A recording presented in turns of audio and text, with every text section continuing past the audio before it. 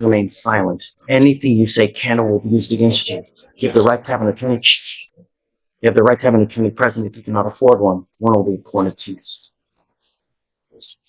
The defendant is the complainant. During a walking report, the complainant told the officers that her and the defendant had drawn an off-game relationship since the 8th grade, but they broke up in June 2024. In September, the defendant told the complainant to stop talking to all that young people are coming to your house and furnish. The complainant told the officers that right after the incident, he disclosed the gun in his lap. The complainant also told one of the complainant's friends that he was going to shoot the complainant. Buckle up, guys. This hearing wastes no time dropping us into the fire. The judge starts with the Miranda rights. The shock lands when the complainant accuses her ex of a terroristic threat. Words like, I'll come to your house and shoot you, carry weight that juries never forget. Then the alleged photo of a gun in his lap seals the seriousness. In under a minute, this intro locks. So, what? Tell me about the Agasol. You are the Agasol. In the criminal mischief, is it with the same complaining witness as well? The criminal mischief's from a prior event when he experimented trying a drug and kind of got crazy and broke stuff with Yes, Your Honor. I didn't put it completely unrelated. Just the complainant and the friends went to a point. Part of this all is trying to get in, so it wasn't trying to wait for 2 minutes before there already. They were walking, the complainant ignored the defendant. He was trying to say, are you going to apologize? The complainant kept walking. The defendant was counting at the complainant and said, you got it on me? And the defendant said, okay. Or the complainant said, it's time to clean it out for an ankle and pointed his hands. And then witness to corroborate the defendant's statement.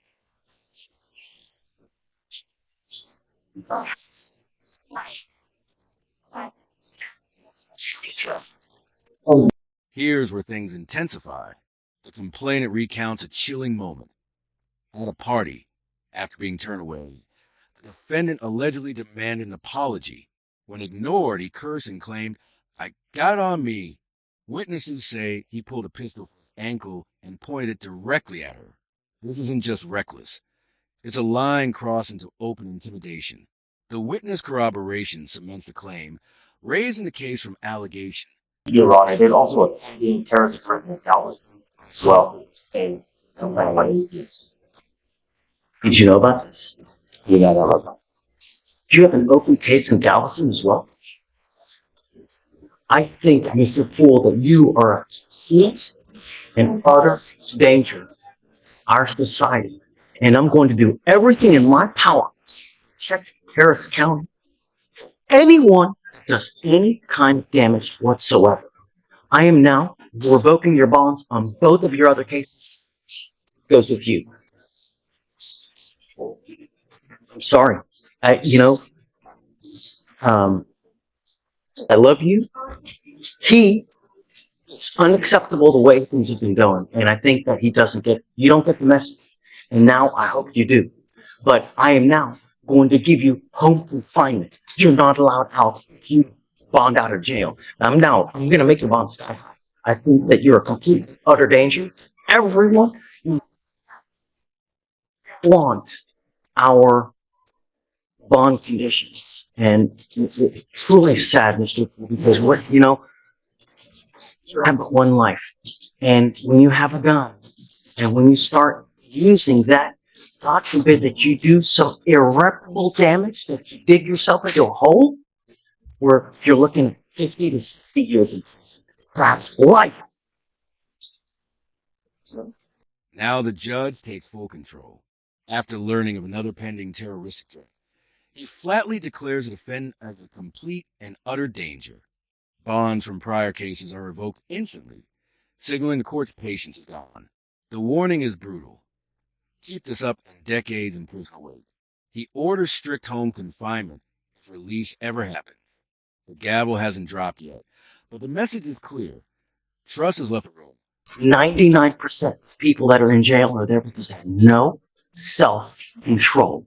They either use something, they are on something, and they get shots. They wig out without thinking. If I say this, what's going to happen? If I do this, what's going to happen?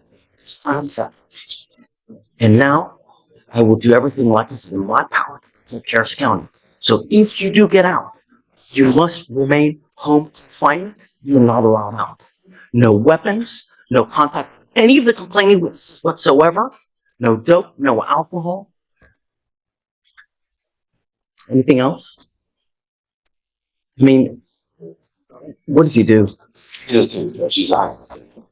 So I don't know what to tell you, man. I mean, I, he scares me.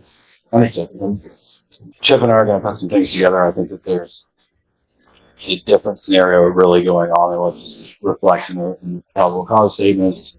We're going to bring that to the prosecutor. If you have something that shows me different to what you have, I'm all ears. You know?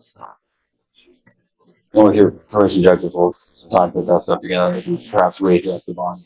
Yeah, absolutely. And I never want to see a kid lose out on school. You know, to me, that's just the most important thing in life. You know? Understood. If you help him find out he's never being accepted to that when he's at school and he's up to report and he's back to his home. It's a high school. And I, Yeah. That Judge, he's actually currently, because of the situation, is doing online school, so he'll be able to do oh, okay, good. it. There we go. Mom and Dad, come on up. Come up.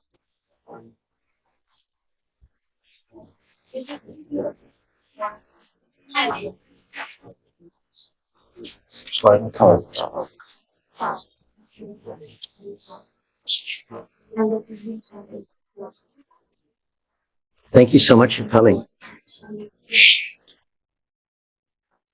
It's out of control. I don't know what else to do. But it seems that when he's out in public and he's out, you know, partying, as they say, there's a wake of trouble. Did you guys know that he has a case in Galveston as well? It's currently open. It's currently open. Something that lawyers are also unaware of as well, you know? Um, We call one name happening over 2 hours. it's not, though. It's not. He's, you know, 12 in December of 23, you know, we have an evading criminal mischief, an evading arrest. Now, a couple months later, we've got this, we've got Galveston. It's not. And I think that we need to really give him a wake up call before he really does irreparable damage, you know? I think he's spent time doing two events here once. And one was in Dallas, and the big that was all in the one. Two events that happened in China. Well, you know, parties. We need to figure out what's going on, you know, figure out why it's continuing to happen. And, you know, I believe I want what's best for your son. I really do. And I will help you in any ways that in any way that I can. I have to put him in custody today because I have to show him that it's unacceptable what he's doing, even if he's doing it, because especially the fact that he's thinking of an aggravated assault. That's, you know, you've got a great lawyer. We'll be here to figure it out with you. Um, You know, she's already addressed the bond on the keynote going. He's gone in and addressed the felony. so This part reveals the emotional clash. Parents walk forward, and the judge balances compassion for a high school student against a need for safety. The defense argues online classes will keep him home, but the judge points to a pattern of reckless behavior. Past arrests, new charges, and Galveston ties show a troubling trend. Ultimately, he delivers the wake-up call, custody and $30,000 bonds. It's a turning point I'm where looking to bond 30,000 each. I don't know if they're going to bond you out, but you know, if if you do get out, you better be on your best behavior. You are not to go anywhere. What I'd like to do is, you know, I'm going to take him in now. I'd like to do an evaluation. It's called a TRAS to see what the best way of going forward. You know, we have clinicians that can sit there and evaluate him, talk to him, figure out what's going on, and you know, perhaps boot camp is the right way. Perhaps, you know, we have these other things that we have at our disposal to see how we go forward. I just don't know. I don't know what's going on in his life. I don't know what he's doing, what he's taking, you know. Which I think is part of the PCI one. Say it again? I wonder if level of protection for what? Say it again. Felony point?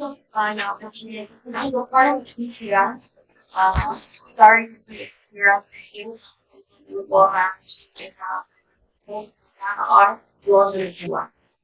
Did you hear that? The judge, yeah, I think that you follow up on certainly. Steve, I'm sure. So that's right. Let's not put the cart ahead of the horse. We'll give you time. And then, if you see something different, just come back and let me know. Okay? Do you have any questions? No. If you need anything, always come back. We're here. We'll help you out in any way that we can. You know, sometimes some kids are harder to reach. We'll do everything on our power to reach them one way or the other. So we got you. Okay? We'll take it one way or the other. Okay? All right. It goes with you. So yeah, I'm going to do a mow up. So hold on, Stephen, hold on. Well, I'm entering in what's called the Massachusetts Board of Emergency Protection that identifies SM individual.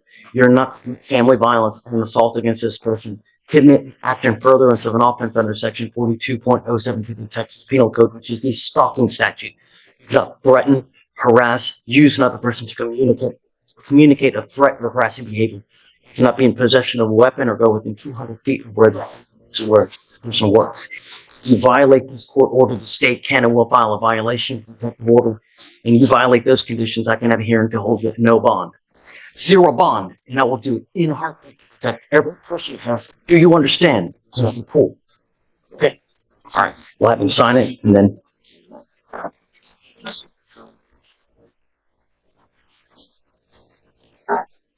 The judge.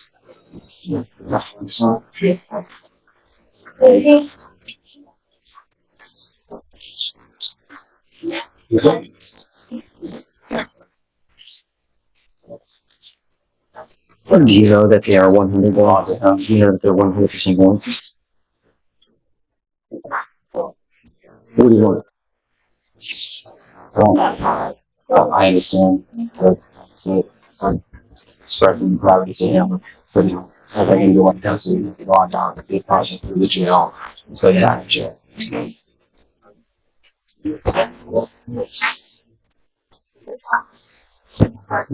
finale comes with a protective order that acts like a legal force field. The judge bans all contact, harassment, weapons, and even proximity to complainant's workplace. He makes the consequences crystal clear. Violate once, and a zero bond lockup follows without hesitation. This isn't just a warning. It's a line in stone meant to protect the victim and the community. Please like the video and subscribe to the channel. And we'll see you in the next video. How much you think? That, I think that's. All right. All right.